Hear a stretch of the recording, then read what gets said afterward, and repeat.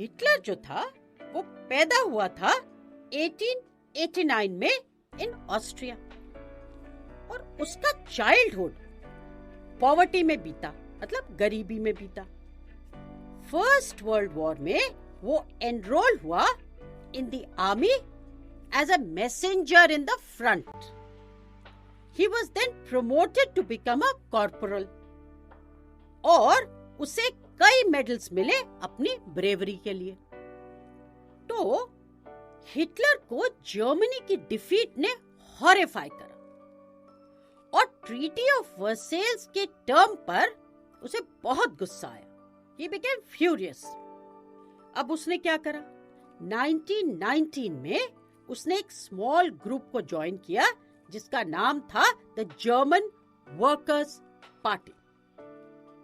अब धीरे धीरे कुछ समय बाद उसने उस ऑर्गेनाइजेशन को टेक ओवर कर लिया, मतलब उसको अपने कंट्रोल में ले लिया, उसका हेड बन गया और उसे रीनेम करा, उसे नया नाम दिया।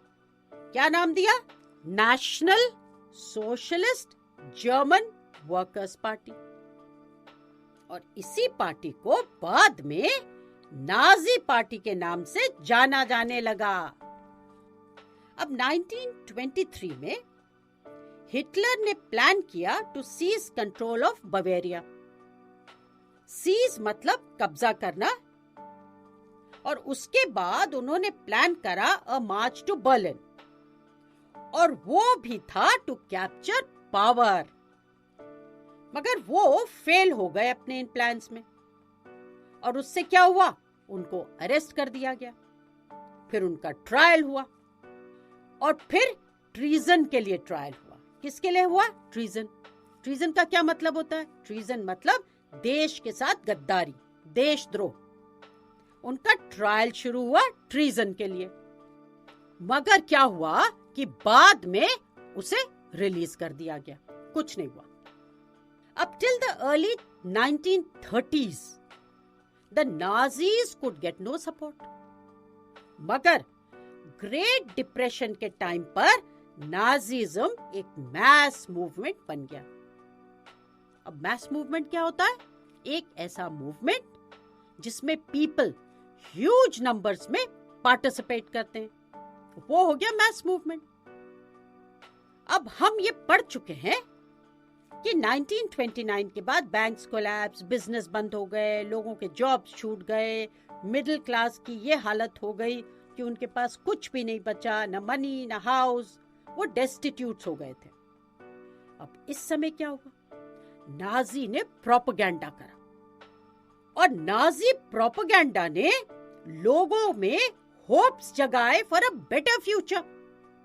1928 में नाजी पार्टी को जब इलेक्शन हुए तो केवल 2.6% वोट्स मिले थे इन द जर्मन पार्लियामेंट। और जर्मन पार्लियामेंट का क्या नाम था? हमने करा था ना पिछले मॉड्यूल्स में। हाँ, नाम था रेखस्टैग। मगर देखो, by 1932 it became the largest party with 37% votes.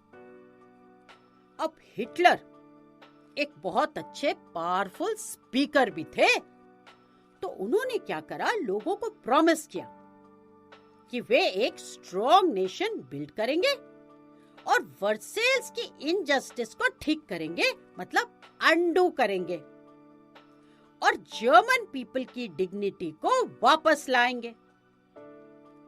और हिटलर ने कई प्रॉमिसेस किए और वो उनमें से कुछ थे employment for all, a secure future for the youth. He further promised to remove all foreign influences. And at the same time, he promised to resist all foreign conspiracies against Germany. अब मतलब किसी भी तरह की साजिश of any foreign power को वो successful नहीं होने देंगे और जर्मनी को हमेशा प्रोटेक्ट करेंगे। अब हिटलर ने एक न्यू स्टाइल बनाया ऑफ पॉलिटिक्स। उसे समझ थी कि रिचुअल्स और स्पेक्टिकल्स बहुत इंपॉर्टेंट होते हैं फॉर मैस मोबिलाइजेशन। अब रिचुअल्स क्या हुए? रिचुअल्स मतलब कुछ सेरेमनीज या एक्शंस जो परफॉर्म होते हैं इन अ पर्टिकुलर ऑर्डर। और स्पेक्टिकल्स मतलब साइट्स जो दिखने में बहुत ब्यूटीफुल, ग्रैंड और मैग्निफिसेंट लगे, जो बहुत सुंदर दिखता हो, तो वो हो गए स्पेक्टिकल।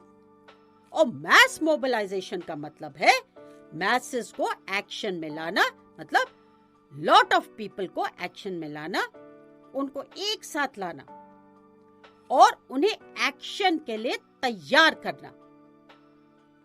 नाजीज ने मैसिव रैलीज और पब्लिक मीटिंग्स करी ताकि वे अपना सपोर्ट फॉर हिटलर डेमोन्स्ट्रेट कर सके।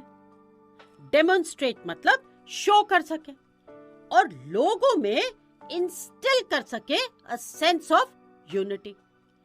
अब इंस्टिल मतलब मन में डाल दे।